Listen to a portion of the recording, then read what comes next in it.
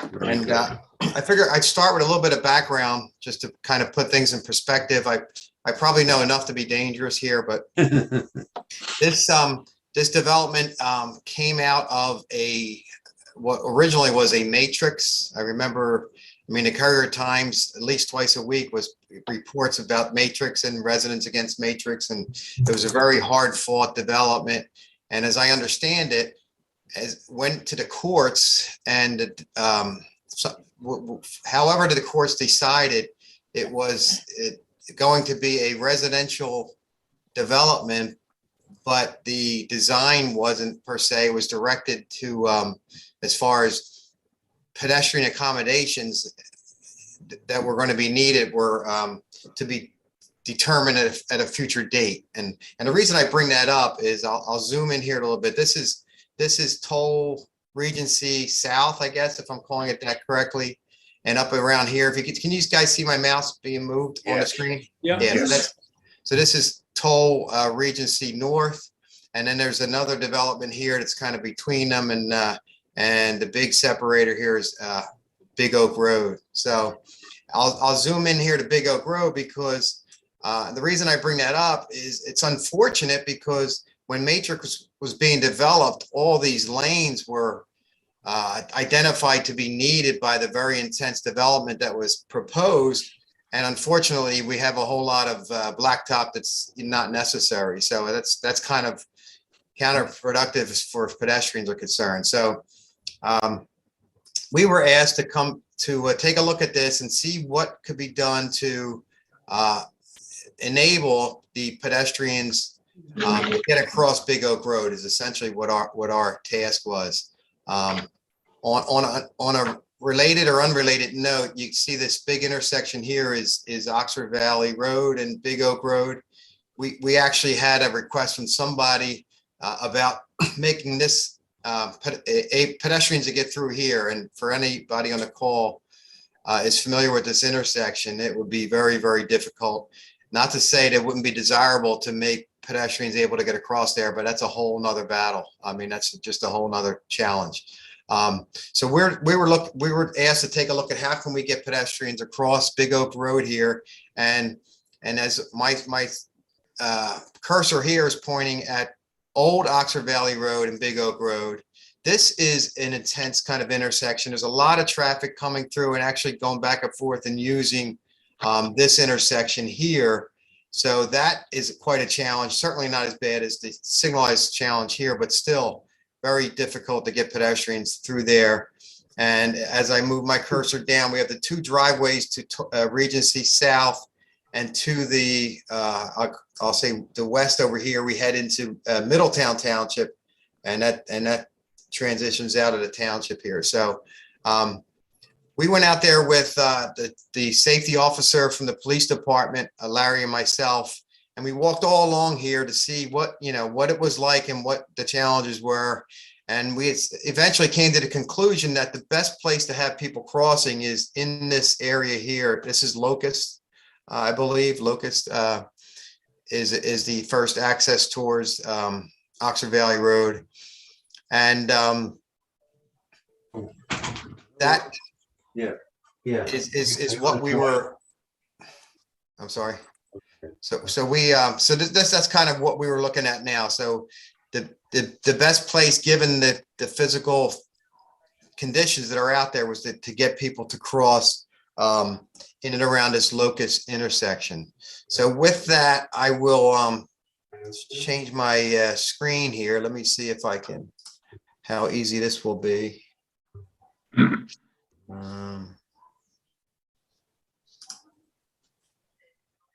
Here we go.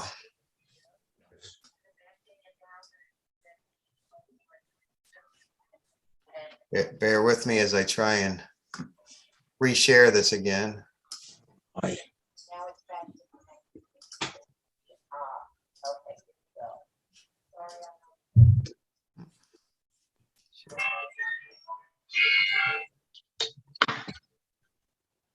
So I guess I didn't have to stop the share. I could have just moved this up here.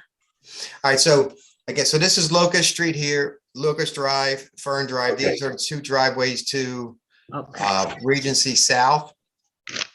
what we have, take a look at my notes here. The width of Big Oak Road is about 58 feet. So that's a significant distance to get from the south side to the north side or vice versa. Well, you can see here that there's on the south side along Big Oak Road, there's essentially no pedestrian accommodations along Big Oak Road. There are segmented sidewalks provided on the north side of Big Oak Road.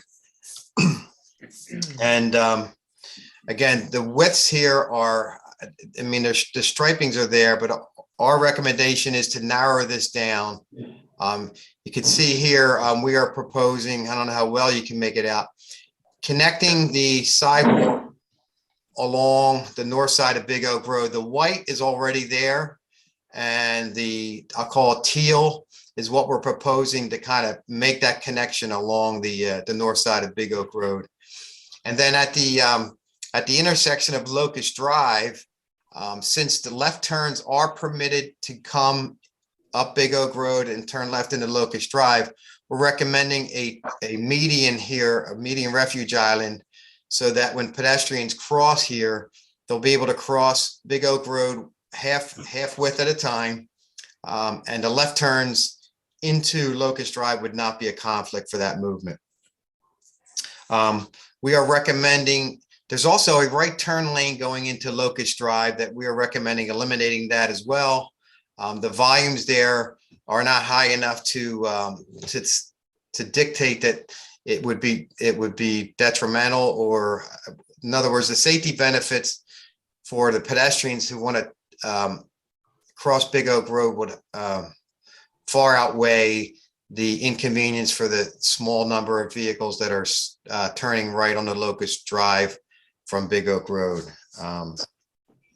We are recommending bulb outs. Bulb outs is the curb extending out into the road on both sides here. So again, starting out with 58-foot total width and looking both directions to try and get a safe gap in traffic, if you would. You'll only need to get a safe gap in traffic in one direction, and then make it to the median, and then look for traffic in the other direction, and then cross that one lane of traffic there as well. We're recommending striping and delineation to improve visibility for those pedestrians, and so that is, we broke it up into A, B, and C. You can see this. So part A concept is getting people across Locust Drive. Part B is getting people across Big Oak Road at Fern Drive. That portion of our recommendation involve eliminating the right turn lane at Budney Drive. So there's a right turn lane right now to go from Big Oak Road to Budney Drive, and we're recommending eliminating that right turn lane and putting a bulb out there to reduce that crossing distance. We are recommending the pork chops here. These are pork chop islands to generally narrow this intersection down. If those of you are familiar with it, this is a wide asphalt area that encourages higher speeds, including traffic that's turning in and out of the two side streets. We're recommending these pork chop islands to slow traffic down, and also to make it easier for the vehicles coming out of Budney Drive and Fern Drive. You could pull out closer to Big Oak Road before you begin your move left into Big Oak Road. And we're looking to extend Fern Drive median. That's this area here. Matter of fact, this is a bigger concept here. So this is extending this island here. So right now, you sit back here. If you want to make a left off of Fern Drive, or if you want to make a left off of Budney Drive, you sit back here and you got to cross all this asphalt and get that gap in traffic.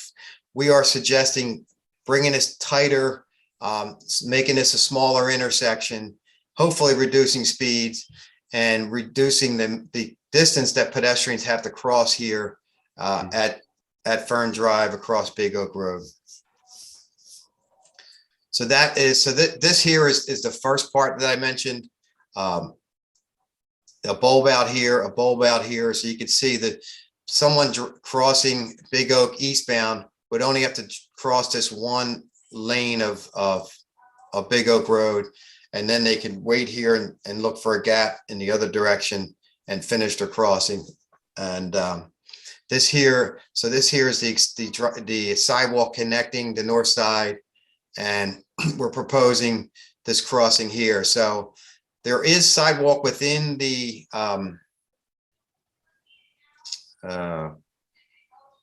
forget the Regency South. I'm just drawing a blank there. So once you get out to Locust Drive, you'll be able to cross, depending on which way you got there to get to this crossing here at the intersection. So you'll have two options, but we would assume that the safer and more convenient option for people will be to cross here at Locust, because you can break down your crossing into two stages. And then, yeah. Yes. Just a question. Did we consider, instead of having a pedestrian crossing at Fern Drive, not putting a sidewalk on the north side of Big Oak and putting that sidewalk on the south side and saying everyone's got to go down to Locust to cross? Why do people need to cross at Fern? Good question. Well, they don't need, that is a very good question. And we looked at this as the ADA requires accommodations for all people, whether they are whether they have vision impaired or if they're wheelchair bound and such, so forth. So it would be difficult if we didn't provide this crossing here. Then we'd have to ban pedestrians from crossing all four legs of this intersection. We believe that by tightening this up here, it's providing a reasonable way for people to cross here. Now, granted, if you're pushing yourself in a wheelchair, you're going to have, a decent distance here to cross. But right now, you literally would cross from here all the way to the other side of Big Oak Road. So because there's sidewalk here at Budney Drive, and because there's sidewalk here, Fern, leading up to here, the ADA laws, as I understand it, says we need to provide pedestrians to cross here. So if we don't provide for all pedestrians, then we need to take away all, it's kind of like a catch-22, so to speak. Either you provide it for everybody or you provide it for nobody. So Joe, there is a lot of traffic on Big Oak Road, and they do travel, quite fast, in my opinion. I was out there when this problem, was first brought forth by the traffic group at Regency. They formed their own citizens traffic group. So a few of us had gone out there and observed, and there's a lot of traffic. So how would a person in a wheelchair, be able to cross there at Fern Drive, with all of the volume of traffic and the speed at which the cars are going? That seems to me a little dangerous, perhaps. Right, I guess, and you say wheelchair, you could have somebody manually powering their own wheelchair, or you could have one of those powered, electric chairs. But the reality is ADA says if we're going to provide for a pedestrian crossing, it has to be for everyone. So I'm assuming if you were crossing this Big Oak Road in a wheelchair, you would venture down to Locust Drive, because it's going to be a much simpler crossing for you to get your wheelchair across. You only have to cross, I don't know what this distance here is, about 16 feet or so to get to the median, and then cross it again when you get a gap for the other way. I think, and Marie, correct me if I'm wrong, I think when we did the speeds, it was close to 45 miles per hour, the speeds out there on Big Oak Road. Yeah, it was 46 miles per hour in the westbound direction and 44 miles per hour in the eastbound direction. I just want to add that those speeds potentially could come down since you're decreasing the amount of travel way. With getting rid of the right turn lanes, the travel, the cartway path becomes more narrow. So it could have the influence on traffic to slow them down a little bit. Right, The question, I'm sorry, what? like I say, we're not hoping to get them down to 35, but again, it's better to have them down to 40 than 45 or whatever the number Right. happens to be. Anything slower is better for pedestrians. But Joe, you don't. No, you I don't- remember, Joe, on the south side of Big Oak Road, the question is, why didn't we put sidewalk on the south side of Big Oak instead of the north side? And I think that the reason wasn't there a swale or something? Well, that again, made it there are no pedestrian accommodations all along that side of Big Oak Road. So from a logic standpoint, let me see if I can. For Yeah, here we go. our guest, the right of Locust, there's a swale that they're referring to, a retention basin. And the reason why the sidewalk wasn't really put in on the left side to connect Fern and Locust, it's just that we had to make the connection on the far side, and we just basically stayed within budget by reducing the amount of construction work that actually had to go. This is just, again, we did the basic plan, and then, we're looking for comment. And that, keep in mind, like if we were to put sidewalk here, even if it, were feasible, if you crossed, you're gonna have to cross, last thing you want to do is cross Big Oak Road twice, so by having all the sidewalk, it's all, we're connecting the existing network that's here. I think this is the stretch that we need to kind of the missing link. Then by getting this access here, we can provide a connection to that infrastructure here, the pedestrian infrastructure on the north side of Big Oak Road.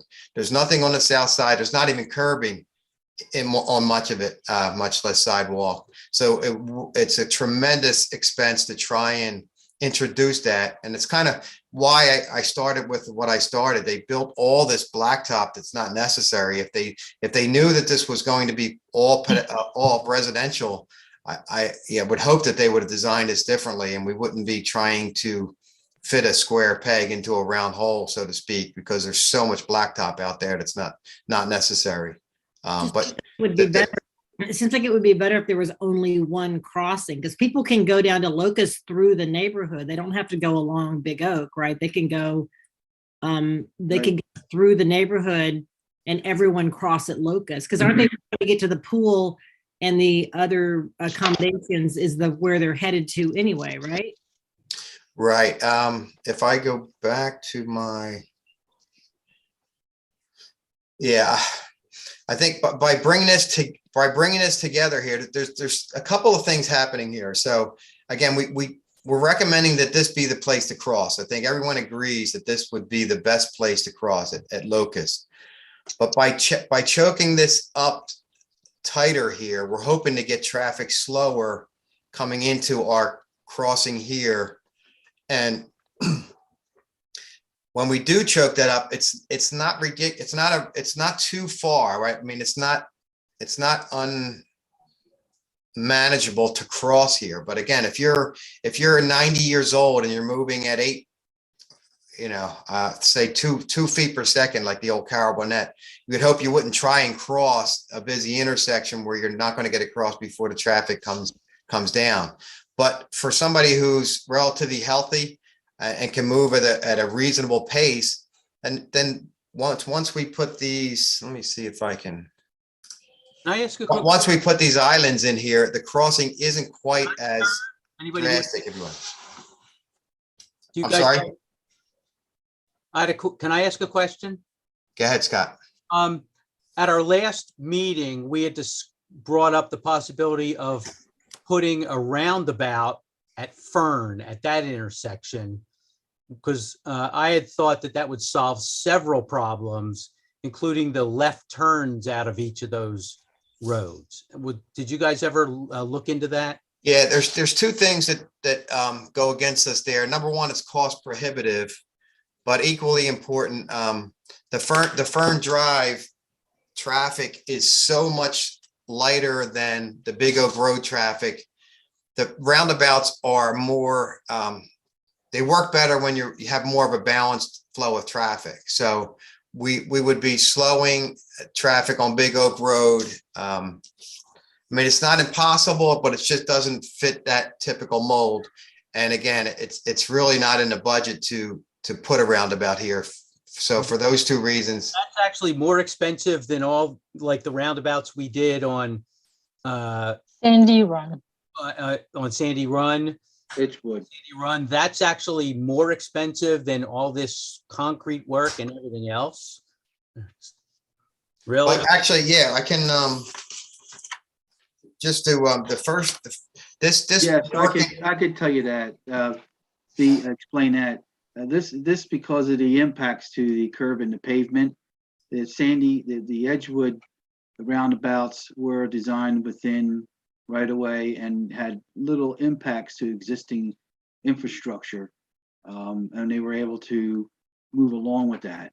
Plus there was a little more work and they got a better price. So, This is so what's, one location that they gotta do, they have to do quite a bit of work to it, excavation and the sidewalks, the ramps, all those have to be added into it.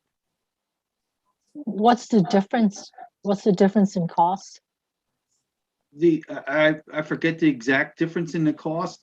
Again, this would be, this is not gonna be a mini roundabout here like on Edgewood. Why couldn't you make it a Edgewood mini speed design roundabout? speeds are like 30 miles an hour, 25. This would be is much larger.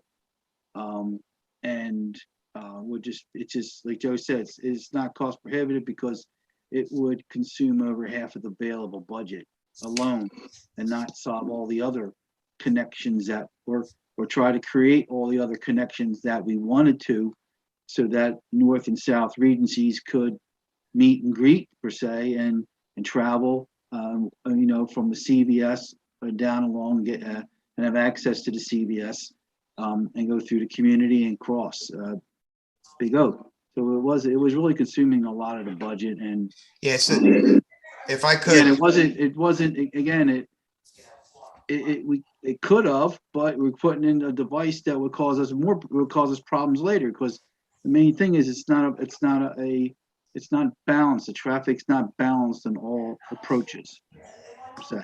all right, and to answer your question, we estimate this is about $135,000 to $150,000 worth of work. So it's a very inexpensive, relatively inexpensive, I guess, amount of work to try and slow traffic on Big Oak Road and make it easier for vehicles to get in and out of Fern Drive and Budney Drive, and at the same time improve this pedestrian crossing here. So that's kind of where this is really the ultimate goal. We have a crossing here, but since we're also trying to slow traffic down and improve conditions here at Fern Drive, I think it makes sense to provide this crossing. And if somebody's not comfortable with it, they have an alternative. They can, if you're coming from Regency South, you just come out of Locust and cross here. And if you're coming out of Budney Drive, you can choose to go down further and cross over at that intersection. So we're giving them options, and we're really trying to improve conditions here, because for those of you who do this, you realize how far it is to pull out to get onto Big Oak Road from Fern Drive, just because it's such a wide intersection. So we're choking us down, and by doing that, I think we make it a reasonable crossing for people who are comfortable with making that movement. But there's very good questions. So, and going back, this here, Locust Drive, the two crossings here with the island and the extended crosswalk, that's the order of magnitude is like just under $250,000 for our best estimate of what that's going to cost. So it's about $230 to $250 for all this work, and then another $135 to $150 for the work down here at Fern Drive and Budney Drive. And Part C is making a connection from Regency South to, this is the CVS pharmacy here. There's a walking trail here, but it's, only for exercise. But we by putting in a couple of connections here, 44 feet of pavement here and 110 foot across this middle of the area, we can give a reasonable way for pedestrians who choose to get over to the CVS pharmacy, a way to do that. And that was about $60,000 was our best estimate for making that connection there. Joe, the sidewalk on the north side of Big Oak, does it connect all the way down to the sidewalk that goes to the tennis and pool area? Well, yes and no, I guess. Yeah, yes and no is right. There's really no sidewalk here, but there is an old road bed. This is old Oxford Valley Road. And so you can kind of walk down there, but it is not a trail. No one's maintaining it to be a trail. It's just an old, just the old road. There are utility lines there. So the electric company has to go in there and get access to those utility lines, but it's not an open public road and it's not there being maintained. So that's a good segue to the other recommendation that we had made. And that was, again, Big Oak Road here, the sidewalk, there's newly constructed sidewalk here, and this is the old Oxford Valley Road. We felt if you put in this connection here, it would ultimately make this fully accessible to Regency South and Regency North. That would make that connection. And that was, let's see, that was about 165 to 185 to put in an 8-foot wide path here that would provide pedestrian access to Regency North and the facilities that the people who in Regency South, I understand, are entitled to, but need to get into their car and drive to access at this point.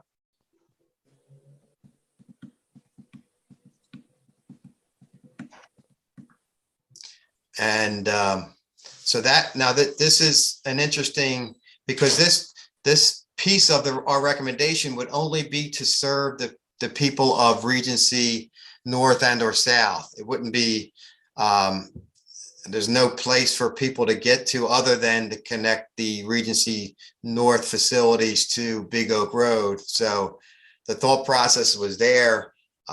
If the homeowners association was interested in doing it and maintaining this once it's built, perhaps it would make sense for the township to make this connection. So that's kind of, and again, that was 165 to 185 was our estimate of how much it would cost to put this path in there and put some lights on the existing utility poles that are out there. So I'm open for questions. I'm sure you have some, and don't hesitate. This was just really a repeat of what we presented to the supervisors. And again, I'll be happy to answer any questions you have. Joe, this is Bob Nemiroff from the Regency Committee. How you doing? Good. How are you? Good. Is it fair to say that you've completely ruled out the installation of a traffic light at Big Oak Road and Fern? Yes, there was, let me go back to, if we took, again, the way traffic signal warrants work, in other words, if you need to meet a warrant before you can even consider putting a signal in. And the reason for that is that when you put signals in when they're not warranted, you create more problems, more accidents than you would otherwise expect. So even if we took Locust Drive out of the mix and sent all the traffic over to Fern Drive, we would not even be, it's like a fragment of what we needed to warrant stopping all the traffic on Big Oak Road for that traffic coming out at Fern and Budney Drive. So the traffic volumes are just not there. We have peak hour traffic volumes coming out of Fern. In 2021, we counted them, and we had like 23 vehicles coming out of Fern Drive during the PM peak hour. There was only, well, the development across the street wasn't completed, but that was a fraction of what was coming out of Fern Drive. In the morning, it was somewhere the same, like 19 vehicles coming out of Fern Drive during the peak hour. So we're nowhere near what we would need to be to even start considering whether a traffic signal would be permitted by PennDOT to be installed out here. Okay, well, that leads me to my next question. You've repeatedly mentioned that the rationale behind your current recommended design is to slow the traffic in both directions on Big Oak, correct? Right. But isn't the objective also to cause traffic to stop and yield to pedestrians who are attempting to cross? Well, that would be this crossing here, right? No, I know, but you're talking in terms of slowing the traffic. Right. Our concern is once you have people reaching the crosswalks, the projected crosswalks, who want to cross the Big Oak Road, it's really not enough that traffic just slows down. Traffic's going to have to stop to yield to those pedestrians to get across. And if that's the case, doesn't it also make sense to install at those crosswalks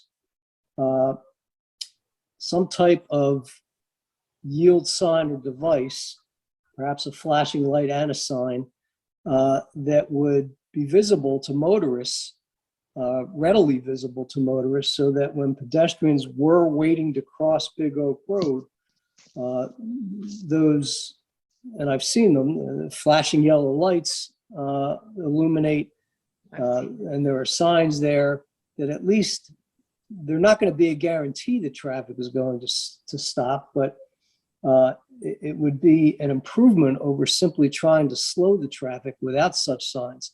And I emailed to you earlier this afternoon, I don't know if you saw it, but I emailed to you a link to the type of traffic control device, which is not a traffic light, from a company called TAPCO. I don't know if you've seen that. I saw your email, and I think what you're suggesting there is premature, in a sense that we have virtually no pedestrians crossing here at this time. When I look at the volumes, I believe there will be adequate gaps in traffic for people to cross the limited distance they will need to cross to get to the median or to get to the second. In other words, you're going to be crossing in two phases. You're going to cross eastbound, and then you're going to cross westbound, or you're going to do it the opposite way. So you really only need a gap in traffic in one direction. And someone could see you waiting there and stop for you, and then again, because it's narrow, people aren't going to be able to go around that stopped vehicle, and you could cross then. But I think even if someone is not stopping and allowing you to cross, there will be adequate gaps in traffic for you to make those movements. So if this is built, if you build it and they will come, and you have a significant number of pedestrians crossing here at that point, there may be justification to install that type of device out here for that particular crossing. But the cost of those devices are rather minimal when compared to the utility of those devices. I'm not sure I understand why it wouldn't be part of the overall design. Well, there's a liability involved with this. I mean, would the homeowners be willing to accept the maintenance responsibility of this system if it was approved by the township and or PennDOT to install? Well, not being familiar with what's involved in terms of maintenance, I'd have to have a better understanding of that. Okay. Again, I would have, Mark here, I would have to say there's a great deal of concern on the part of the residents here, looking at the speed of the traffic and the rush that people are in, especially when they're coming over here from Middletown after having waited for a train. There's not going to be a strong desire to slow down for pedestrians and stop. Sometimes I try to pull out on my bike, and it's a very dangerous proposition just to pull out a fern on my bike and take a left turn. And in some times of the day, there are no gaps. It is just constant. You really have to wait a while. But it just seems to me, you have a state law, which I believe requires cars to stop for pedestrians and crosswalks.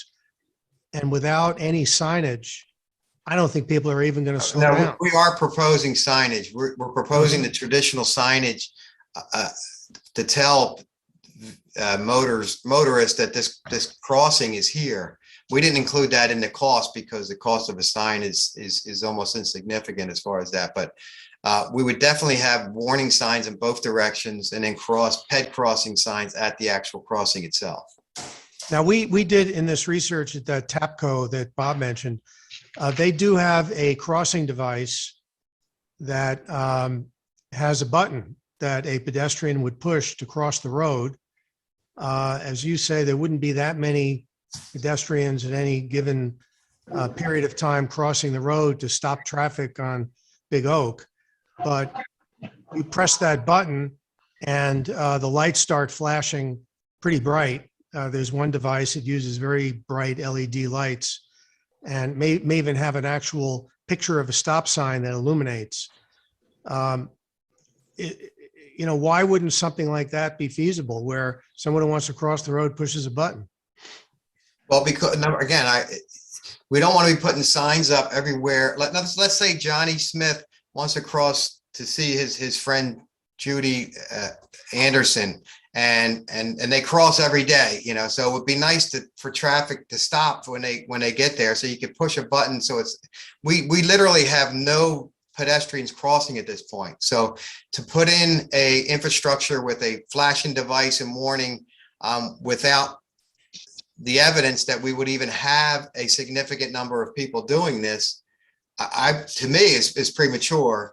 Yeah, but keep in Especially mind, since- you have a lot of people who live in the southern part of Regency who are using cars to get to the other side. And especially in the summer when people are using the clubhouse, but it's all year round. And those people would presumably not drive if they're able to cross at Locust, for example, and just walk over there, walk right down that old Oxford Valley Road. So I think one of the reasons you don't see any pedestrians is because there aren't very many people who are going to risk their lives crossing Big Oak right now. So they're driving. Right. Yeah. So again, what I believe we have here is a solution to make it reasonably safe to cross Big Oak Road. Again, I would not recommend that the township incur the maintenance of a device such as this, that we don't know the level of use. If it's going to be significant, then the people using it will be pretty much Regency North and Regency South people. And perhaps it would be in the interest of the homeowners association to propose that you, I guess, maintain it, or, because if it's not being used, the township puts in this device, and if no one's crossing there, and then someone gets hit 3 years from now, because the device, or allegedly because the device is not functioning properly, that's a liability I wouldn't recommend on the township at this point. We have no evidence that anybody will be crossing here, other than, we're hoping that the people will stop using their cars and cross here and reduce the emissions and travel and what have you. But there's no evidence of it, so. I don't know. I would not feel comfortable recommending that type of a treatment for this location at this point in time.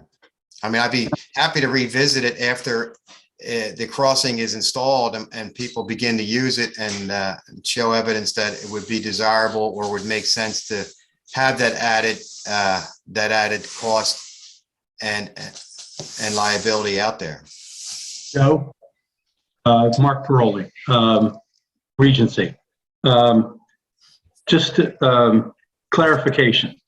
Based on your proposal and what it is that you have on these maps, can I assume that the 461 is the number that you're looking at in terms of cost to the township to make the improvements that you're suggesting? Well, we're not looking at costs. The township, again, I don't know what the numbers are as far as budget's concerned. What we're talking about here is Well, no, I wasn't. We're talking about here is an ongoing maintenance of a traffic control device that in my mind is not warranted to be installed at this point. Oh, Joe, I was going somewhere. Okay. Yeah. It appears to me that the things that you have on the maps, part A, B, C, the Old Oxford Valley Road paving, Right. Is approximately $461,000, given the 10% margin. What, in your experience, what do those devices that we're talking about cost? Forget about the maintenance part for a minute, just the type of devices Mark and Bob brought up. How much of an expense? I guess I haven't priced it out, so I guess if they've been in talking with this company they sent me the link for, they may have the answer to that. Okay. The other, Mr. Paroli, I could give you a ballpark figure of about $100,000. You're gonna need mast arms and overhead signs. Usually those types of signal devices, the mast arms with the foundations, they're looking at like maybe 50,000. Plus there's a lead time with all those devices. Yes, there's no electrical infrastructure like conduit in the roadway because it's what we had originally or considered solar powered. And I think Tapco is one of the leading manufacturers on their products, but that's I would easily say that it's like $100,000 to install that device. okay. But you also have to have this infrastructure in before you can put that device in by itself. Of course. You know what I'm saying? You need to neck it down the bulb out to reduce the time that the pedestrian needs to cross. And then, once this is in, then should it be needed, then it's simply you can add the flashing warning device when the crosswalk gets more used or there is a need to enhance the safety. But this is all assumed to be considered safe, per se, for pedestrians to cross the road with the understanding that the driver is being prudent and the pedestrian is being prudent too. I mean, the pedestrian just can't walk out in the street, and the driver needs to stop when pedestrians are in the crosswalk. So again, about $100,000 for that device altogether. Larry, I've done a little bit of review. I haven't spoken to anyone at that company. I looked on the internet. As I saw it, they seem to be pricing each one of those devices at about $1,800. That's the solar. And you'd probably need 4 of them, 2 at each crosswalk, 1 on each side of the road. I don't think you need overhead stuff going on there. Obviously, the installation cost, the foundation for each one of those would involve something, but maybe I could send you the link to that device, and you could take a look at it and see. If I can stop here, I mean, I'm familiar with it. Larry, let me talk, please. Yeah. We're presenting to the citizens committee here, and I don't want to go back and forth and have I think it's inappropriate for us to be having a dialogue with you guys representing the community at this point, because we're not authorized to negotiate with you on what should be ultimately be put here. We are presenting what our recommendations are to the advisory committee, and we are answering their questions. I think they were kind enough to allow you guys to come in and be a part of this, and I'm happy that they did. But I don't think we should be going back and forth as if our 2 entities are negotiating an ultimate solution here, because I think that would be inappropriate. Okay, but Joe, can I ask you a question? On the Sure. map that you have, at the map that you have there, at what point in time do the lanes east and west come down to just one lane in each direction? I'm looking at one of your diagrams, not this one. You had another map that showed, yeah, that one. Yeah, at what point, coming off of the intersection at Oxford Valley Road and Big Oak, right now, one of the issues is there are two turning lanes from Oxford Valley Road onto Big Oak. At what point, especially heading west, does that, yeah, at what point does that go down to just one lane? In your proposal, in trying to have traffic calming? Well, I think, is this Yeah. still accurate? It's the same. that's already there, that they merged there after the old Oxford Valley Road there. Then they merged into one lane each way. So our crossing is here. So it's already down to one lane at this point. Oh, yeah. Okay. I just wanted to clarify at what point, and I assume coming from the other direction by eliminating the right-hand turn lane, heading east on Big Oak as you approach Fern, that's down to one lane as well, because that right turn lane no longer exists. Right, we're based on taking your, this lane out, we're taking this lane out. a little further up on the other side of Budney and Fern, west of, yeah, that would also go down to, Yeah, you have a left turn lane, a through lane. The right turn is still there, but you have this channelized island there. Yes. So it okay. kinda helps to choke this up, but still allow that lane to exist. Joe, on the this island that you're going to put in, could you put some of those signs on there? I think I asked before at the supervisor meeting, those signs that say pedestrian crossing, stop for pedestrian and crossway. They're in I know they have them in Newtown along that. Of course, it's a much narrower road. They actually put it in the road itself. Yes, in the road itself, if you ever drive over there. Yeah, that's an effort that PennDOT undertook years ago. They were providing those free to municipalities and entities, and the entity who accepted them were basically agreeing to go out there and put them in the morning and remove them in the evening. So that's kind of a I think the ones in Newtown stay up all the time. They're up there 24 hours. they're like on a tripod, like a No, plastic. they just sit on on the base. I guess it is sort of a triangular base or a square base, but they just sit on the road. Okay. Yeah, the problem with that is, I guess it would get hit here at this intersection. Well, anything that's in the road or near the road will be hit. It's not if, it's only a matter of when. Right. Could I provide some input into that? I just wanted to say that those devices are only temporary and supposed to be removed daily. And the second thing is, if those yield to pedestrian channeling devices in the street must say yield to pedestrians, because it's our state law, not stop. Yeah, okay. New Jersey's law is stop, but we're following guidelines in Pennsylvania, and it would have to say yield if you were to use it in Pennsylvania. Well, that's what we would recommend, because that's what's specified out in the MUTCD. Joe, I have one other question. The recommendation for the island near Locust, was there any consideration for an island at Fern and Budney as well? No, because you have left turns going into both of those side streets. So because Locust is a T intersection, we were able to take advantage of the fact that you didn't have any traffic on that far side. In other words, traffic here on Bundy, there's a left turn going into Bundy and a left turn going into Fern. Okay. Hey, Joe. Yes.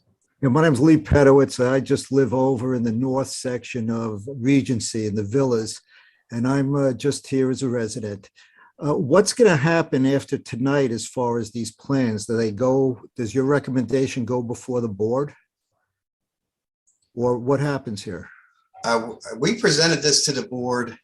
I'm trying to think if I had, what kind of response we got. I think, well, I guess the recommendation was for us to present it to the Citizens Advisory Committee and so that they would report to the board what their recommendations are based on our proposal. Right, so after tonight, it's going to go back to the board. Is that what I understand? I would, Yeah, the Citizens Traffic Commission, if we have any comments, we will comment to the board, and then the board will decide what to do with this project. Okay. To Joe's point, Arthur, it's What's Mark that? again. I just wanted to ask a question to Joe's point about what we wanted to discuss and whether it's appropriate for SAFE to be involved in those conversations. Will the Regency family have an opportunity to discuss this with your committee before it goes to the Board of Supervisors? Well, that's why we're having this meeting now. I thought so we could put on anything that you people want to discuss at this meeting with the SAFE and really with us.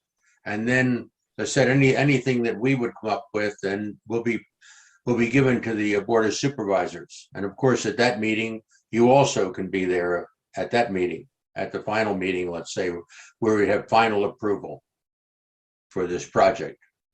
Okay. If we go through with it, I don't know what the board would decide.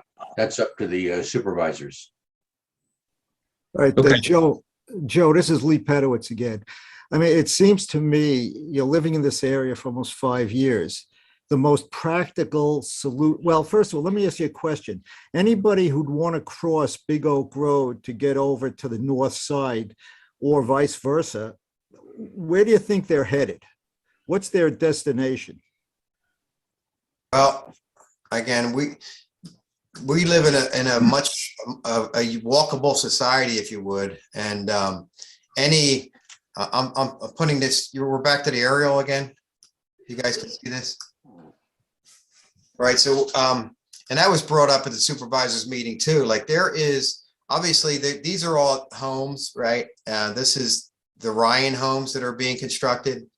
And then we have Regency South here. So theoretically, anybody could want to visit their neighbors across the street there, whether you go to school together. Well, I don't know if these are age restricted homes or what have you, but again, somebody would want to walk from one home to the other. There's also a connection here, which I believe was like an emergency.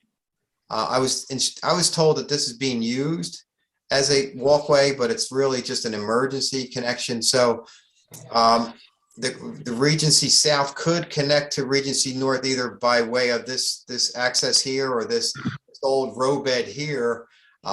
Likewise, if somebody is in these Ryan homes here, they may want to get across and come over to the CVS, if you would, or just generally walking for exercise. I mean, I know, I'm a bicycler, so I go out and ride my bike on a regular basis. My wife goes out and she walks. So she walks through the residential street. So if we lived here, she would be, walking around the neighborhood, perhaps walking across and around these neighborhoods and that forth. Again, I started this conversation. This is kind of a no man's land for pedestrians. So there's nothing going on there. As you go into this bridge heading into Middletown, there's no pedestrian accommodations there. So it really would be just connecting the residential homes on the north side to the residential homes on the south side. And again, I think it's a shame that when the development was taking place, rather than the court saying, figure this out later, they allowed all the physical improvements to go in for Matrix without knowing whether or not they were even needed. Yeah. Okay. Well, Good point, Joe. You're leaving the court out of it. Yeah, I would say, people coming from the Regency South to Regency North, they're going to head over to that clubhouse and pool, the amenities facility, because that's serving both of them. So I would say, looking at this thing from a practical point of view, the crossing at Locust it would be best. And then developing that old Oxford Valley Road, whatever you want to call it, would be best to encourage and accommodate people from the South Regency to get to those amenities. The only thing I'm going to say, though, like Mark brought up, you've got two lanes from Oxford Valley Road funneling down to one lane when they get, I guess, by that Children's Learning Center on Big Oak Road. Then, as somebody else mentioned, if people are waiting for a freight train to go by for 5 or 10 minutes, and they come up Big Oak Road and they see the green or red light up ahead at Oxford Valley Road, I don't care how many choke points you put there, nothing's going to slow them down. And also, too, if you take a look, like if you're going over US 1 South, they've got that easy pass, those toll collection lanes. I've seen people going through there doing 60, 70 miles an hour. Nothing's choking them down. So I think in terms of safety for the pedestrians, if any walkway is built, you've got to put that refuge island, I think you called it. But I think you've got to consider that. Looking at it from a realistic perspective, I don't think anybody's going to slow down on Big Oak Road. And, that's just my personal observation. And thanks for your presentation. You're welcome. And down the road, this is Mark here again, down the road, I don't know what the impact of Wegmans is going to be. We currently have an issue with the trains. There are times when the traffic is backed up all the way from Oxford Valley Road, all the way down across the bridge, down by the tracks. It's backed up the entire length of Oxford Valley Road. One of the reasons for that, and it's a separate issue, and I wanted to mention it, is the light at Oxford Valley and Big Oak, when you're on Big Oak heading east, and you want to go straight towards ShopRite, it only lasts 3 or 4 seconds. There's something wrong with the timing of that light. And if there's anyone who has the ability to notify, I don't know if it's the police or whoever, to adjust the timing, it's a real problem that no more than 2 or 3 cars can cross Oxford Valley from Big Oak. And that adds to the traffic buildup on Big Oak. But one other thing I'll just mention is that some of the people who cross, including me, who want to cross Big Oak, are not necessarily going to the clubhouse to use the pool or whatever, but they're connecting with the walking path along Oxford Valley Road onto Heacock, going down towards McCaffrey's. I do that, and right now I have to drive over to the clubhouse at the north side of Regency to access that walk, and that's a nice walk for people. But we can't access the township's walkways because of that inability to cross Big Oak. So just Although pointed that out. that light at the Big Oak and Oxford Valley there, that's one of those smart lights that looks at the traffic. Well, And how much traffic is there. That's what that light is looking at. Sometimes it is shorter than other times, but that's because it's a smart light. well, it might be smart, but what's happening is there could be 8 cars waiting to go straight, or 10 cars, and only 3 will get through Well, because it's so short. So another- there's okay, something wrong with the brain. That's another issue. That's not Yeah. this issue. Okay, Okay. I agree. Joe, how can that be checked out? Who Well, can check yeah. out that issue? We'll pass that concern on to PennDOT. This is actually part of, and Larry can correct me if I'm wrong, a connected system that goes into Falls Township. So PennDOT has access to these controllers that do determine whether the vehicle's there and how much time they should have. So we can pass that concern on to them, and they can take a look at that, because that's an Thanks, Joe. integrated system into Falls Township. But I think this is the only Lower Makefield signal that's in that system. Is that right, Larry? Does that sound right? That's correct. Yeah. So we'll Just to clarify, did I hear that signal that's short in the green time, it's somehow related to the train? When the train clears, maybe the signal's trying to get back in sync for progression, and maybe that's the reason why it's shortchanging the green time? I don't think Or is it No, happening every here, right? cycle? Is this a It train? happens all the time. It happens all the time. Yeah. But what happens is when you have the train coming through, and then you have this tremendous backup on Township Line, then you have this huge pile of cars coming across Big Oak. and they can't get through the intersection at Oxford Valley in sufficient quantity or duration.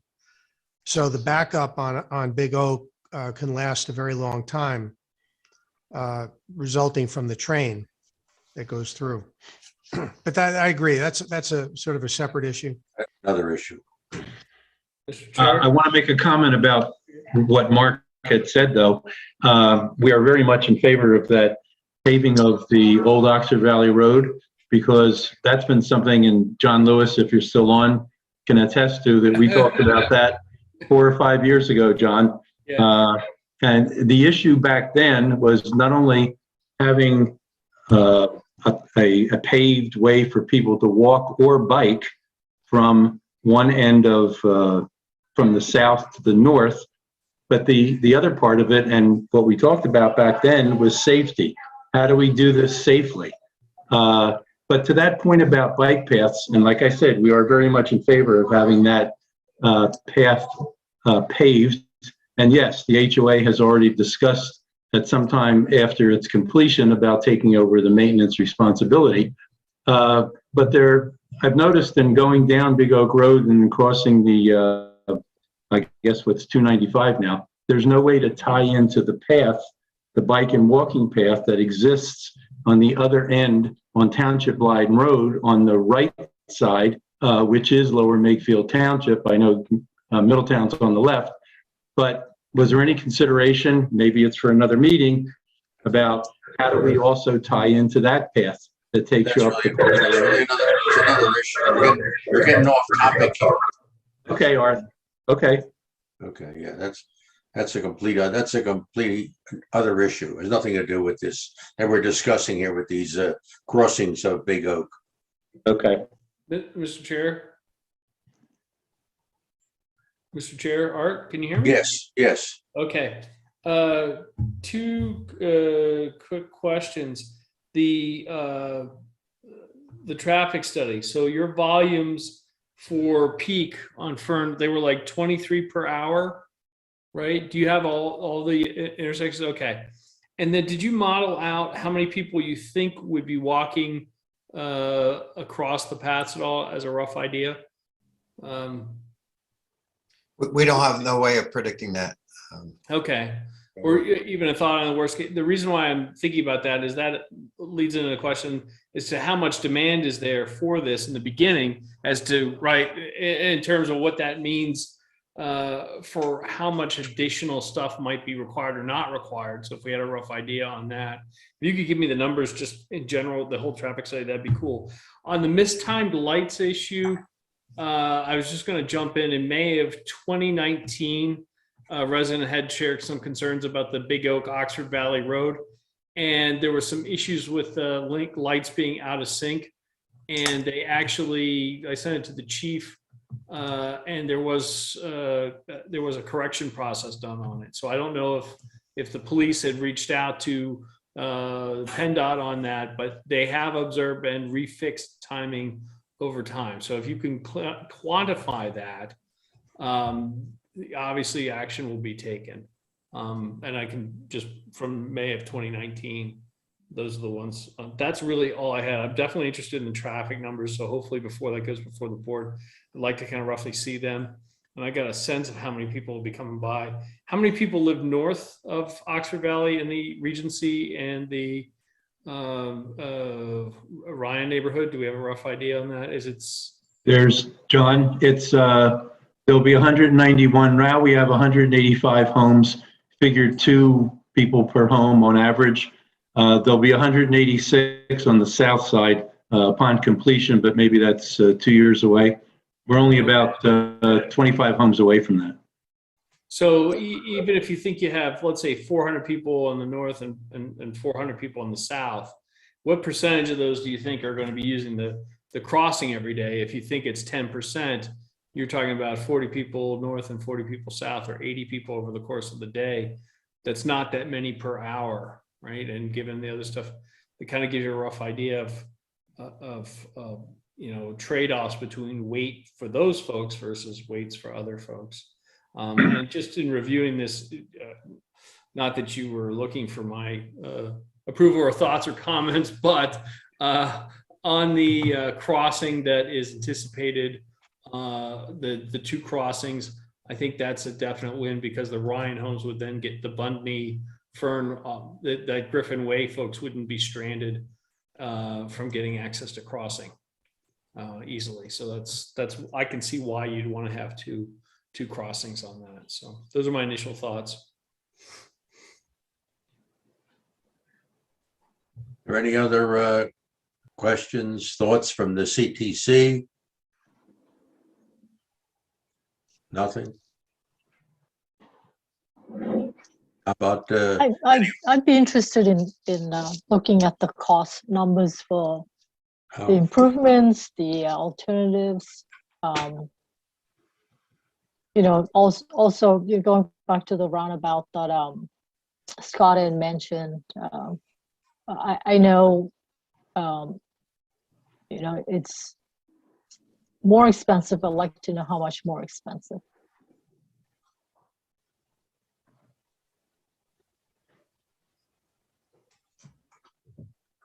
I think if we're trying to slow traffic down, a roundabout does a great job of slowing traffic down.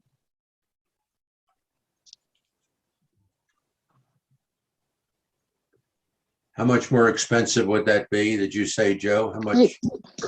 I want to say it was like 1.2 million or something total. I'd have to, I mean, we didn't get into it because it was so cost prohibitive. We're trying to get people across, Big Oak Road here. And we believe we're able to do that with the island and crosswalk and bulb outs at Locust. So, diverting so much attention to the intersection over there just didn't seem practical because it's just, so far outside of scope. I was over there. I looked at this quite a while ago now, and that's that's a nice road to cross. I mean, that's tough with that traffic. It's a very wide intersection there. Like I said, it's just a wide road, and it's difficult. I mean, the one with the island is better because at least you could go halfway and stop and then look the other way. That's my opinion on that. Right. Yeah. Hey, Joe, can I ask you a question? Sure. If the decision is made to do what you're proposing without putting in those traffic signals, the crosswalk signals, Right. and then it were to be decided at a later date that they're justified, is there a way to design the improvements that you're proposing that would accommodate those types of signals without having to do any significant retrofitting to the infrastructure that you're building? Yeah, I think by virtue of the fact that they're solar powered, we don't need to run any conduit to them. It's pretty simple. We can go in at a later date without undoing what we've done and installing those like Larry said, whether it's mast arms or simply post mounted, we wouldn't need to undo anything that we've already recommended. Okay. That I'm aware of, that I could think of here. There are comments or questions? Yeah, Arthur, I would make- Bob Sorry. Lemmer, Go ahead. Go ahead, Bob.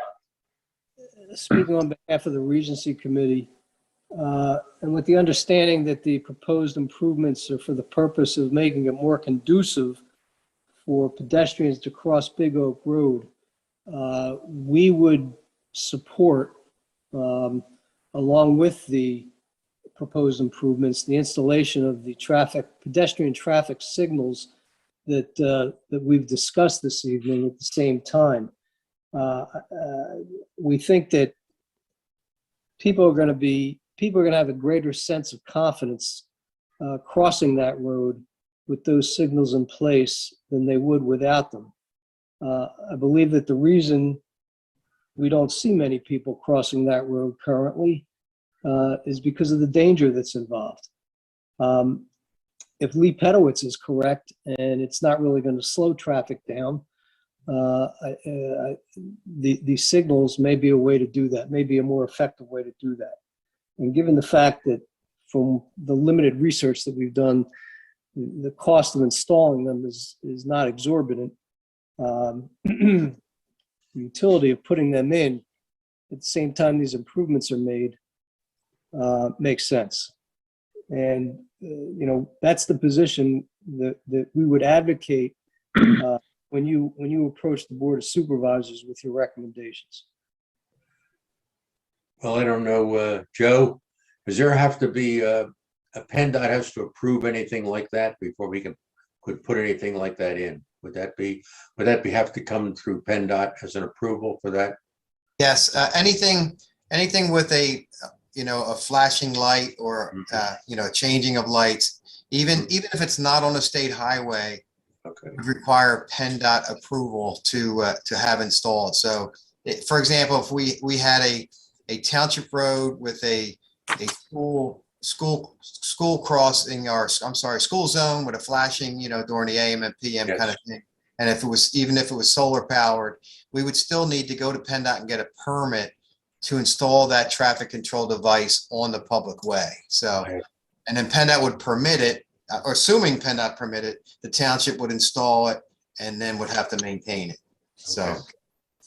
and again, I just can't see PennDOT approving a signal at a location where we have no evidence of any pedestrian activity prior to the installation. So, In other words, we just can't do anything that we want or that even the residents want sometimes because PennDOT just won't approve things. and again, and PennDOT has their rationale. I mean, if PennDOT took the mentality that, hey, we're not paying for it, you're willing to pay for it, we'll let you put it up, there would be way too many signals there at locations. So that, I mean, there's rationale for the warrants that are out there and what have you, the decisions that are made. So I don't know if this new infrastructure bill is going to generate any benefit to the township, but there's a strong set of provisions in that bill to enhance pedestrian access and bicycle access to roadways, all over the country.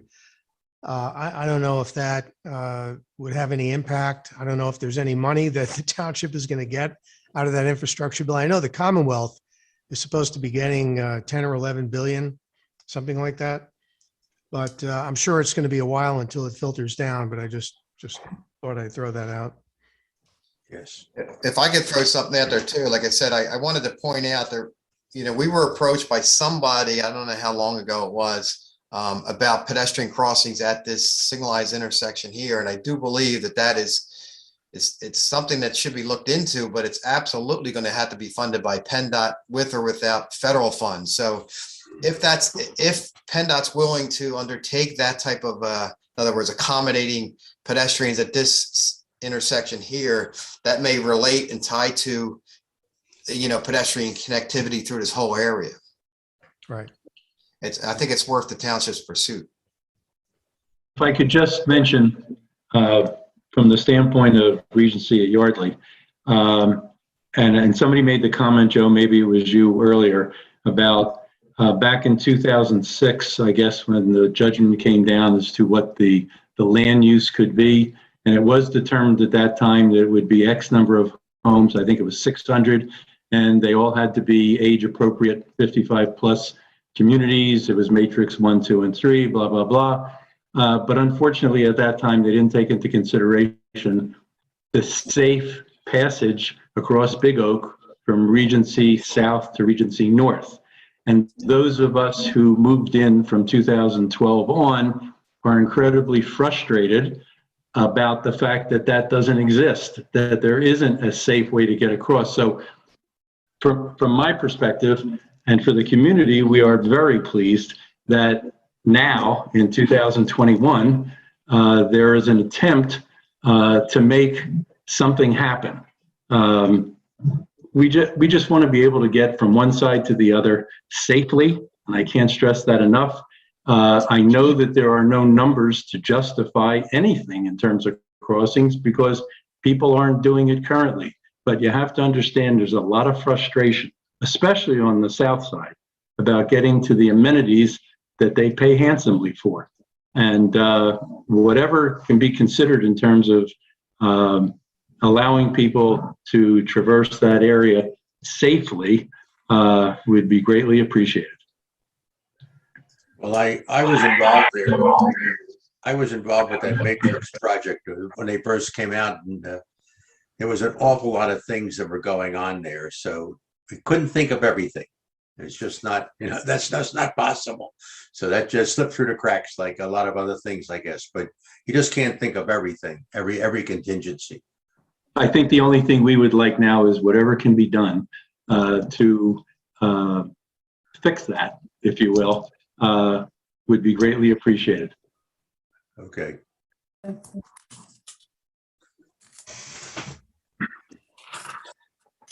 Any more comments, questions from anyone?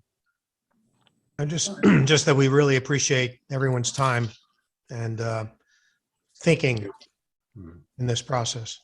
Well, yeah, well, I want to thank SAFE for making time to do this. It's our pleasure. We appreciate the opportunity to serve the township. Okay, all right. Okay, we can get back to the rest of our meeting, I guess. Have a great night, guys, and thanks again. Okay, thank you All right, for thank inviting you. us. Thank you. Bye. Thank you. Well, we're back. What should we, it's on the agenda here. Morrisville and Pine Grove Road, that big intersection where those streets all come together. Anybody going by there and check that out? I mean, I just went by the other day just to look at it. I know that's been there quite a while. I think there was some work done there. I don't know when. I think just to make those turns there, those islands put in, but I'm not sure. Art, isn't that where the residents put the traffic common guideline document together for us? Yes. I think we should just follow the traffic common guidelines and let it go through the process. Okay, we can do that. We can do that. I mean, we worked hard on that procedure so that Yes. the Oh, yes. citizens- Yeah, this is one of these things that just came up, and as I said, I went out and I drove by there again just to refamiliarize myself with that intersection. But it's oh, hello. Hi. Hi. Are you here about the Yes. Okay. Morrisville and Pine? Yes. Okay. I'm unfamiliar with anything the residents community might have put together, but I've been living here. My husband and I have lived here for 39 years now. And I can tell you that it has gotten increasingly worse. The noise, the speeding, the traffic, the current, it's just become really untenable. It's just really terrible because, I mean, it's all residential from Big Oak all the way down to Yardley. There are no businesses on this road, maybe 2 churches if you want to count them, but they're not even consequential, quite frankly. They're only busy 1 day a week. And it is just the people who speed, blow through traffic lights, blow through stop signs, are screaming at each other all the time. They speed well beyond 45, probably closer to 60 on a regular basis. I've stood out there with a traffic meter, and I can tell you that some people go through that traffic light at in excess of 60 miles an hour, let alone 45 or 50, and they don't stop. They don't, you see the yellow light and they just speed up. They start down by the curve where there's a children's bus stop, and no sooner do they see that than they gun their roads going, they gun their engines all the way down and then blow through, and doesn't matter who's coming from which way. But in addition to that, like the previous thing, this is all residential. There are no sidewalks. There are no bike lanes. It's unbelievable to try and cross the road to get to any walking area just across the Yardley Morrisville Road, to go to my neighbors to visit. You can't, you have to like take your life in your hands for people coming around the curves and speeding. I can't get in and out of the driveway without being blown at, honked at, run over.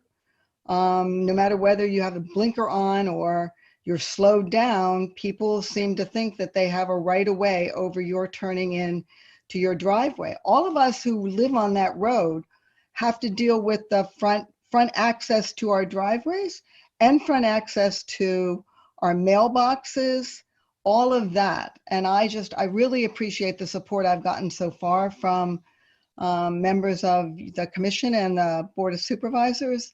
And I really hope that you'll, rethink this. I'm not unfamiliar with what was previously mentioned about some sort of residence, but when those residents move in, you've got $850,000 houses that are going to be subject to the same sort of screaming craziness that goes on now. I mean, there's a lot of families with a lot of children, animals, kids trying to bicycle up and down that road. It is just a nightmare. We'd really appreciate anything.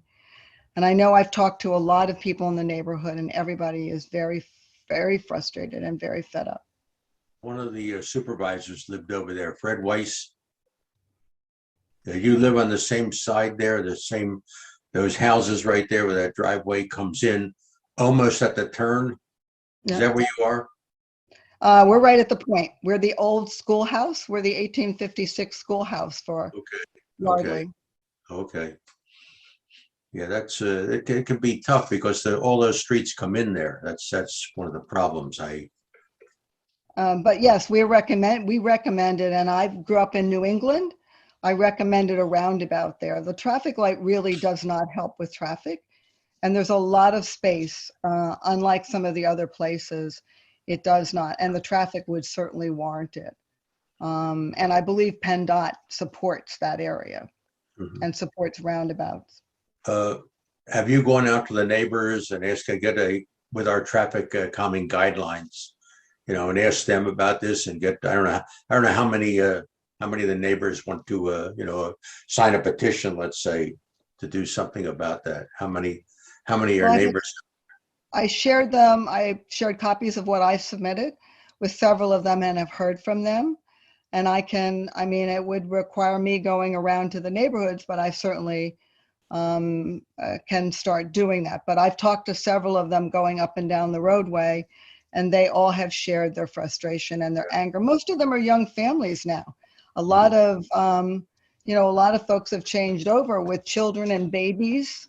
Our next door neighbors and right across the street, 3 of those families changed over in the last 2 years, and they now have little kids with, carriages and animals. Sue, what percentage of the people in the neighborhood have to sign a petition? Sue? Off the top of my head, I don't know. It's spelled out very clearly in the guidelines, which are on the website. You go in. Have you read what? Go ahead, Sue. I off the top of my head, I don't know. I'd have to go back and look at it myself. Yeah, because what happens, I understand your problem, but what's happened in the past, that's why we put these guidelines in, because you want something and someone else, then after, if we do something, someone else comes up that we don't want that. It's we need the neighborhood to buy in on it. So without a home association. Not a home association. No, that's not true. No, I understand that. We live in an older neighborhood. Yeah, the neighborhood, people in the neighborhood, has to be some kind of a petition put forward, what you want, and then get people to sign. And I said it's on our website, the Citizens Traffic Commission website. Well, I know I've never seen any real problem there myself, because I don't live over that way, but it is a large intersection. You're welcome to come into my neighborhood. I think the first thing. You're welcome to come sit in my driveway and attempt to get in and out. Alicia, I know it's a tough area there, but I believe if you look at the guidelines, the first thing that it recommends you doing is to come in with neighbors and present as much information and data as you can to the Traffic Commission. I believe that's the first thing. It's spelled out very clearly in those guidelines. And then that would give the Traffic Commission a greater idea of how many people are concerned and what you're seeing at different times of day, that kind of thing. And then we can proceed from there. The Traffic Commission, I believe, then makes a recommendation to the board as to whether or not the traffic engineer should take a look at the situation. So you did a great job of pleading the case as a single resident in the paperwork that you submitted. But I believe it would be good for you to canvass neighbors and bring them to a meeting with as many specifics as you can as to what's happening at the worst times of day, et cetera. Alicia, just a question. Is it the traffic on Yardley Morrisville, which turns into Pine Grove, or is it the piece that goes down into Morrisville, or both? It's both, because the piece coming from Morrisville headed towards Yardley, they'll blow through the stop sign, and they just come whipping around that curve. And then the opposite is true, because you've got the traffic going from Yardley headed down towards Pine Grove, or looking coming down from Big Oak area or West Trenton, and they're coming to go head towards Yardley. And so it's the traffic light right there, which wasn't there years ago, but it was put in, as somebody mentioned earlier, without a lot of discussion for the residents. But I understand that it was put in with an effort to probably manage the traffic, but it's gotten increasingly worse because people see the traffic light and really blow through it, honest to God. Every single day, I can stand out there, and you'll see at least 50 people go through in the space of an hour. And they just blow right on through. They see the yellow light and they think it's fine. And I've complained to the police for the last 5 years at least, if not longer. And, their response is they can't put cameras out there. They can't do anything about it. Occasionally they'll come out and sit out there. But that only lasts for as long as they're there. And there's constant screeching of tires and constant, I'm surprised there hasn't been 2 or 3 deaths already on any day of people going through there. Have you seen any accidents? Coming both ways. Have you seen any accidents there? Oh, yes, many over the course of years. Oh, okay. I just was And wondering. I think that's probably what PennDOT's hearing. My understanding is that PennDOT has had a number of concerns raised with it, with that intersection, is that there's constant, if not real accidents, then they're very, very close, and people get very upset about, how close they came to dying. Okay. Anything else from the, hello, Virginia. Hello, can you hear me? Yes, you're very narrow. Oh, sorry. I'm on my phone. Oh, okay.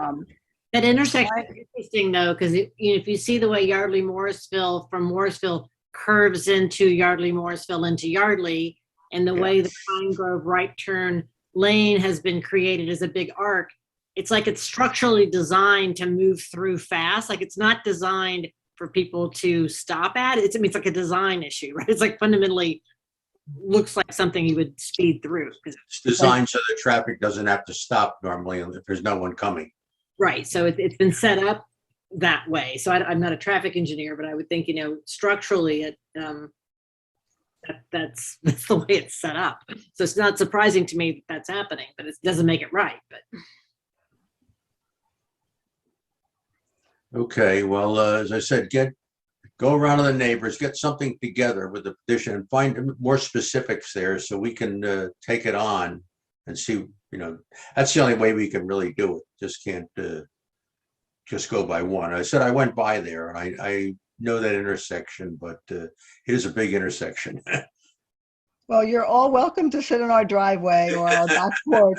I can guarantee you. Thank you. Because it is tough to Arthur? park just to stay. John, you have something? Yeah, Mr. Chairman, so I think I'm guessing your suggestion is that you'll continue this discussion to the next meeting to allow Ms. Griffin to generate a group of neighbors that feel the same way she has. Yes. At the same time, I'm wondering if, as part of the Marazzo property development, there was a traffic study done at that time. And I'm trying to do the research now and I can't seem to find it, but that could be a follow-up on our side while she's working on getting neighbor input. There probably was something done with the traffic study there, but I have no idea. Arthur, Yes, can you hear me? yes, This is Jenny. yes. Hi, I just wanted to say something. I'm sorry I missed the section, the first part of the meeting Mhm. about the Regency. Yes.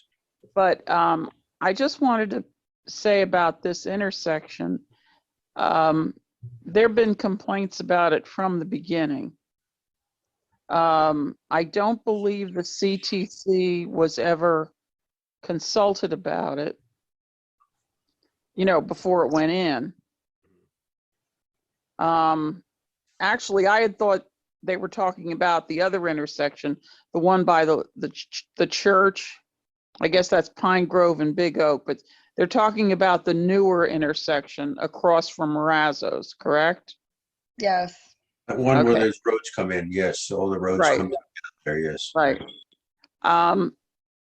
The only thing I would say, and I don't know if this is a possibility now. I understand about getting all the neighbors together and so forth and so on. But it seems to me if we don't have a recent traffic study, and I know John's looking into that, Yes, that at the very least, perhaps we could have the traffic engineer do some traffic counts out there and any other kind of monitoring that they could do. bless you. I don't know if that's premature. Well, that could be in association with those new homes that are being built. Right. I don't, as John said, I don't know if there's been a traffic study done. There must have been something done there with those new homes going in, but I have no idea. So what I have is just some general stuff about signage, but nothing looking at traffic impact. So it's about site distances for exit and entry into the neighborhood, but nothing about the volume of traffic with the, because I'm going through the engineering letters for that right now. So I'm not seeing anything from there that would kind of meet the standards for this. Surprising if there wasn't a traffic study done of some sort when those development was coming in. Yeah, I'm not finding anything. I'm finding some general discussion, but nothing with like average daily traffic volumes or. Yeah, something, just something general. Yeah. Entrance to the new developments on Sutphin, right? And it's not on Yardley Morrisville Road. The entrance is not on Yardley Morrisville Road. On Sutphin. Yeah, I mean, when you drive by there, it looks like there's an entrance, but that's that emergency entrance. Yeah, I think they're going to put a rope, some kind of a rope over it. It's an emergency. Isn't it a real small number of units? I wonder if they just didn't do a study. We should ask it. It's not very many houses. 11. I think it's forecast to be 11. Right. But they're all going to be subject to the noise and the traffic issues. That may be the reason there wasn't much done to such a small development. I think, Arthur, Yes. that's correct. If memory serves, there was such a small amount of houses Yeah. that I don't think they felt it was Unnecessary. necessary to do one. But this problem that the resident is discussing predates all of that development. Oh, I mean, I'm sure. I'm Like I sure. said, as Jimmy. soon as it was put in, Mhm. we started to hear complaints about it. And at first I didn't understand them. I thought maybe it was, the whole point of it was to make that safer.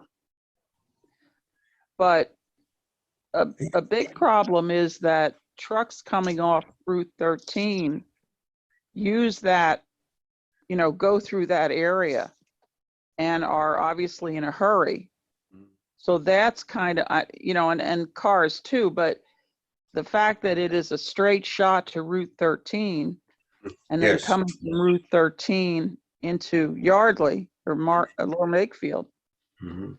that by itself is an issue in terms of speeding and safety and everything else. So just my 2 cents, I'd like to see our current traffic engineer, do a study of that intersection. And, I appreciate getting all the residents together and so forth and so on. But if this is a problem that was created by the design of that intersection, I just speaking for myself, I'd like to see it reevaluated.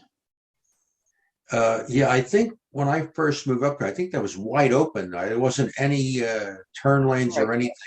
And No. I It just, was and a I think three-way then they stop. put in some they put in those islands for turn lanes because I remember going, well, I didn't know where I was.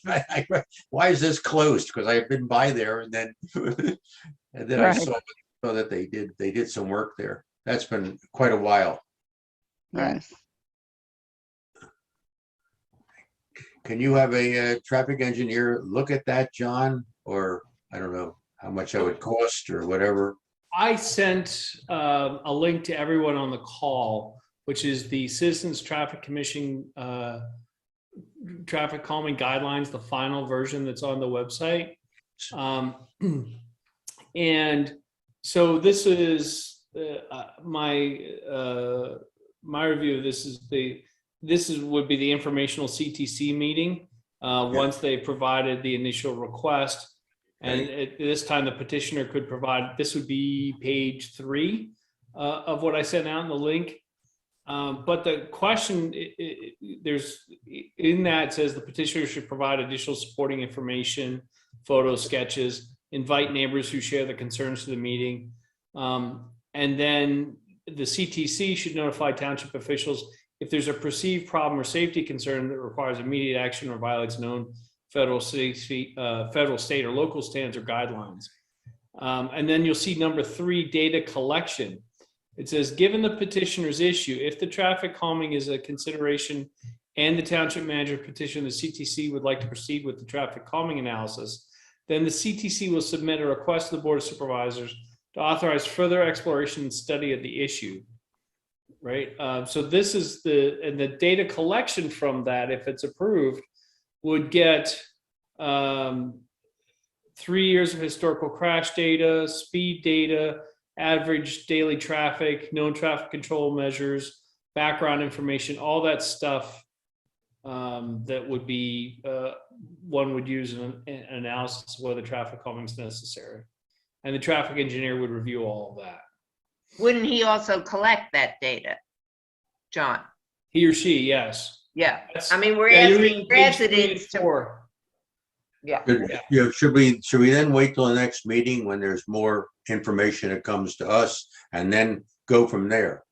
That's entirely up to the board. I'm just, I wanted to bring this stuff up to you guys. Remember, I'm the liaison.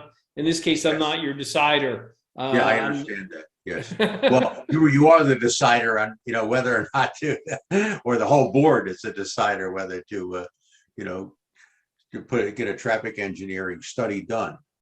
Yeah, I can say personally, I have walked that area and I've walked that median area, and I have actually, as a pedestrian, crossed it where the triangle is. And I will tell you, it is speeds are high, traffic volumes are frequent, and there may be a value in some traffic calming measures in general. And again, but I don't have any idea what prior accidents or anything like that are. Yeah.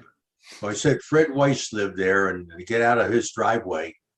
Yeah, that was tough. I said, Fred, yeah, I said, you're gonna have to move, Fred, to get out of your driveway. He did.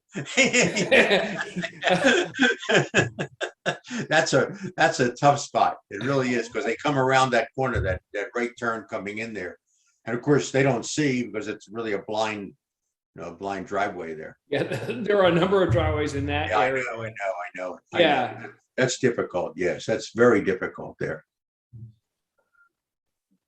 So the committee's free to do whatever they think's best, but I just wanted to, I unfortunately couldn't find anything that would be helpful information wise, other than the guidelines, which I've sent all of you as a link so that you know. Yeah, well, yes. So Art, I think the Citizens Traffic Commission should discuss among themselves. Yes. And then propose something to the Board of Supervisors. Yeah, well, what the next course of action should be. Shouldn't we wait for something from Ms. Griffin? If that's what we would like, we can. Well, certainly some tell kind her of, that. Yes. you got to have the neighbors on board before we really. Yes. Yeah. I think it and would that's be- why I say we need to discuss among ourselves. Yes, and yes, figure yes. out what the next steps are, whether Yes. that means having Ms. Griffin bring a Yeah. petition signed by her neighbors, Hmm. or we make a recommendation to the board to, start gathering the data. But that's Okay. something we need to discuss among ourselves. Okay, To yes. figure out what those next steps are. Yes. Okay. Okay. All righty. We'll do that then. Okay, I will certainly canvass the neighborhood and see what I can do Okay. to create a petition. But given the conversation on the phone tonight, I would say that there's quite a lot of people who acknowledge that this is a problem, and PennDOT has acknowledged it's a problem. Oh, yeah, there's, So I think that anything we can do to move forward simultaneously would be greatly appreciated. okay. All right. Thank you. Well, we appreciate you coming in with your, here. It is, as I said, it is quite an intersection there. Yes. Thank you. Okay. Night. Anything from the, anything else on this from anyone here or? I've never seen that intersection. I don't know. What's that? I've never seen much going on at that intersection. I don't know.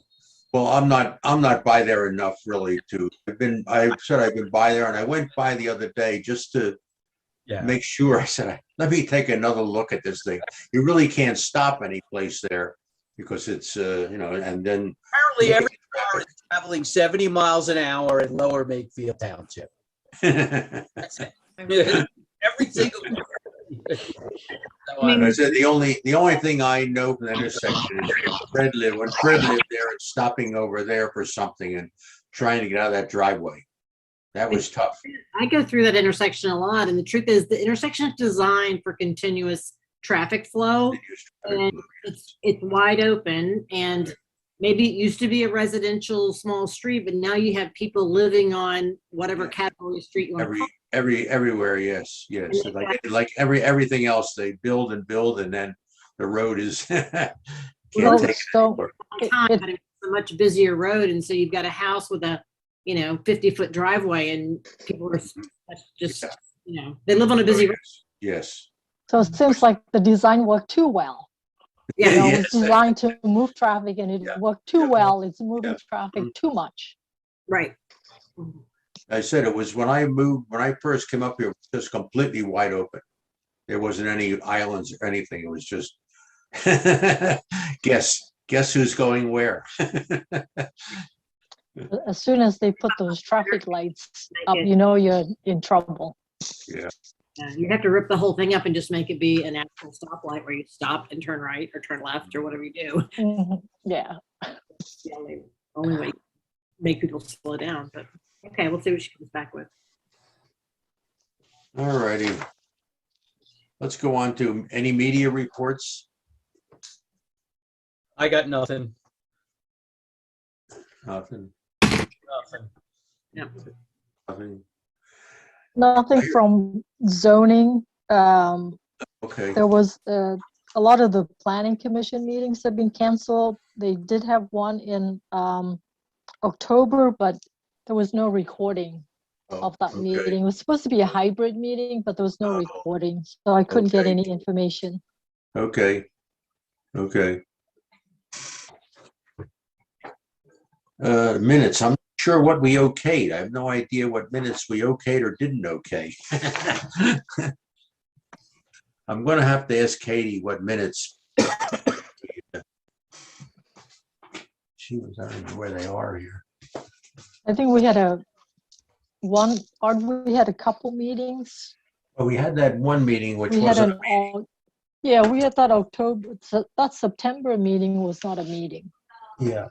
And I'm not sure if there's And then any we other. had a meeting in August. We had a meeting in August. That was a meeting.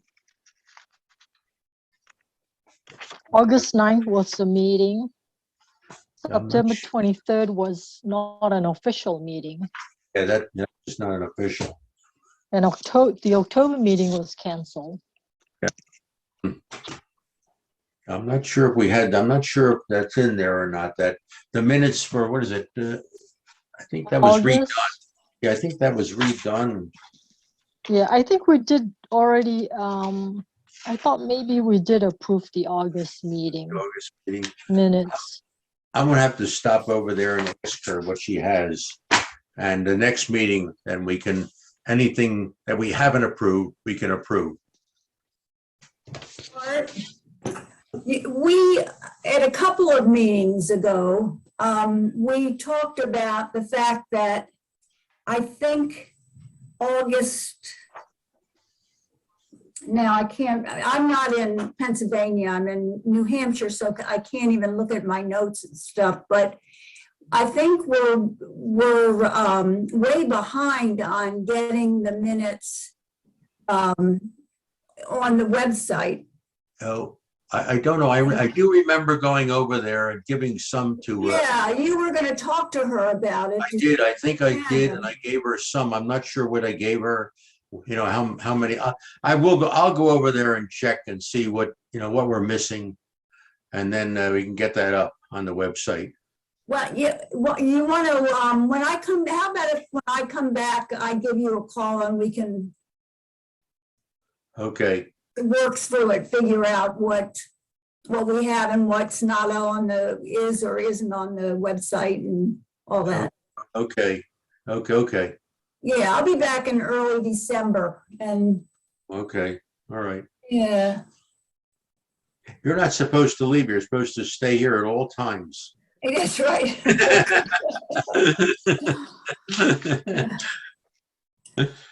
Well, my dogs needed a vacation. Oh, okay. Yeah. Those vicious animals. Anyway, I'll call you when I get back and we can. Okay. Any reports, zoning supervisors, did they ever meet the supervisors? Yes, they do. They do? Oh, really? The supervisors meet? Twice a month, right? Yeah, I know, yes. When you reorganize in January, you reorganize? Presumably, yes. Yes. Okay. The first Tuesday in January. So we're not sure if we'll have you or someone else as a liaison. Is that it? Yeah, one never knows. Okay. So you don't know who's going to be the chair? No idea yet. Yeah, Nope. yeah. Okay. He's not telling. I don't know. Boy. Okay. Well, is there anything else we want to talk about here? I think, as I said on the minutes, I thought we should leave a lot of it go because already we have, it's Yeah. almost 9:25. Yeah, it's Yep. almost 9:30. That's why I said because of this, we should, just, Yeah, cut. we have some things from the October 21st agenda. That was, the meeting was canceled, but some of those things should make it to the next, Oh, yes. to the definitely. December Oh, yeah. meeting. Oh, yeah. Rumble strips. Because we did have some other citizens complain. Yes, I have it here, the last agenda. What do you want to do with this, on the, on Big Oak Road? You want to submit anything to the supervisors, or should I? Why don't we discuss it via email, Okay. and then Okay. gather everybody's thoughts and then come up with what With we something- think. with Yeah, what something, we think okay. the next Yeah, step should be. present to the Mhm. supervisors. So I, Or to the to Miss Griffin. Oh, I was thinking about the other. I was thinking about the Big Oak. Not Oh, that. Big Oak. The Oh, sorry. The Big Oak, yeah. Right, the Regency. The Regency. with the Regency, can I ask a question? Yeah. I mean, they moved there. What was the plan from the development for this? Because I'm still not sure why the township should have to fund getting the people from one side of the street to the other when their own development, who sold them the places, has no responsibility here. I don't get that. Scott? Yes, I hear you, Jenny. All right. Okay. Remember that there was an agreement in place after Matrix, and essentially the township had agreed to not ask Toll to make any additional road improvements.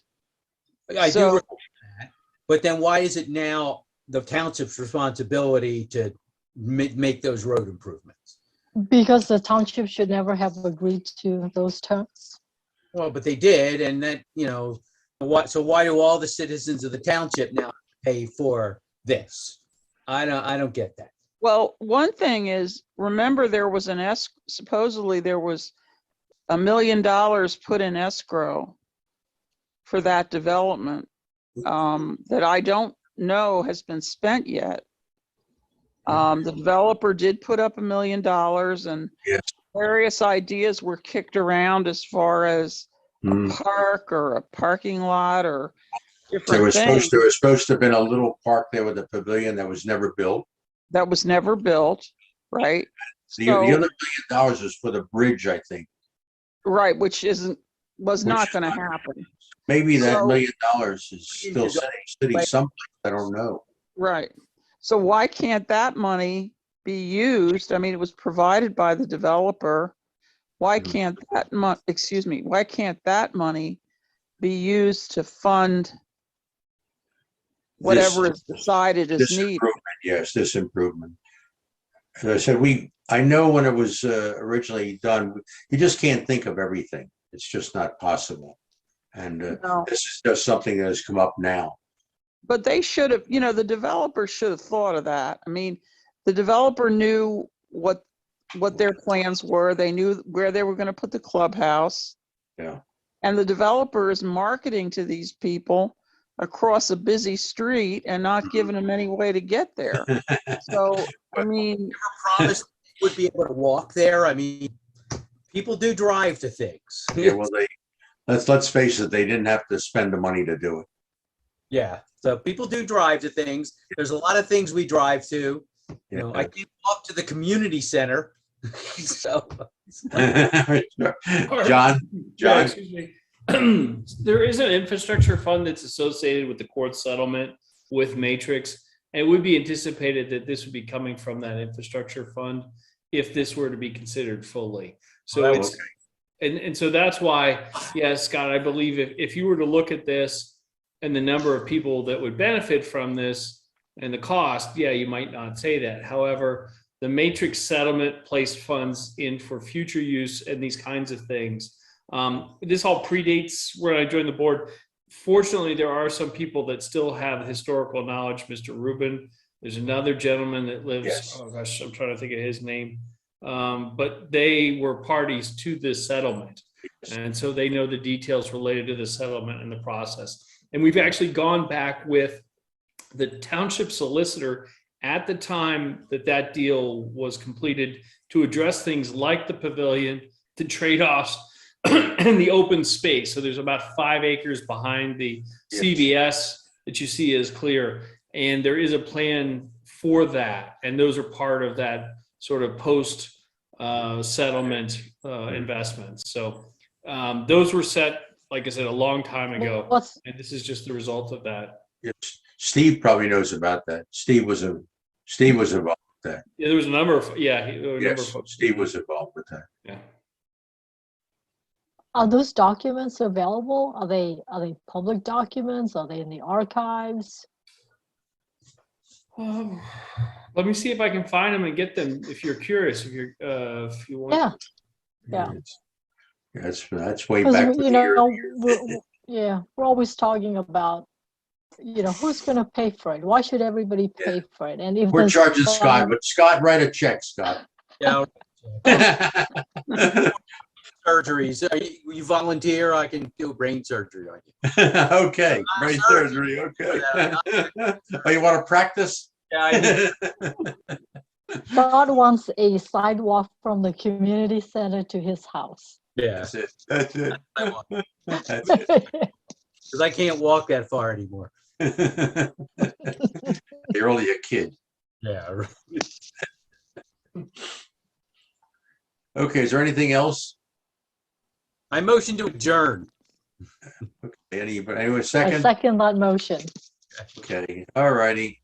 All right, just anything you have, email it. We'll get something together on this for the supervisors, I guess, for Regency. Give it to the supervisors. Thank you. Good night. Thanksgiving. Oh, yeah. Happy Thanksgiving, Happy everyone. Thanksgiving. Have a safe one. everyone. Yes.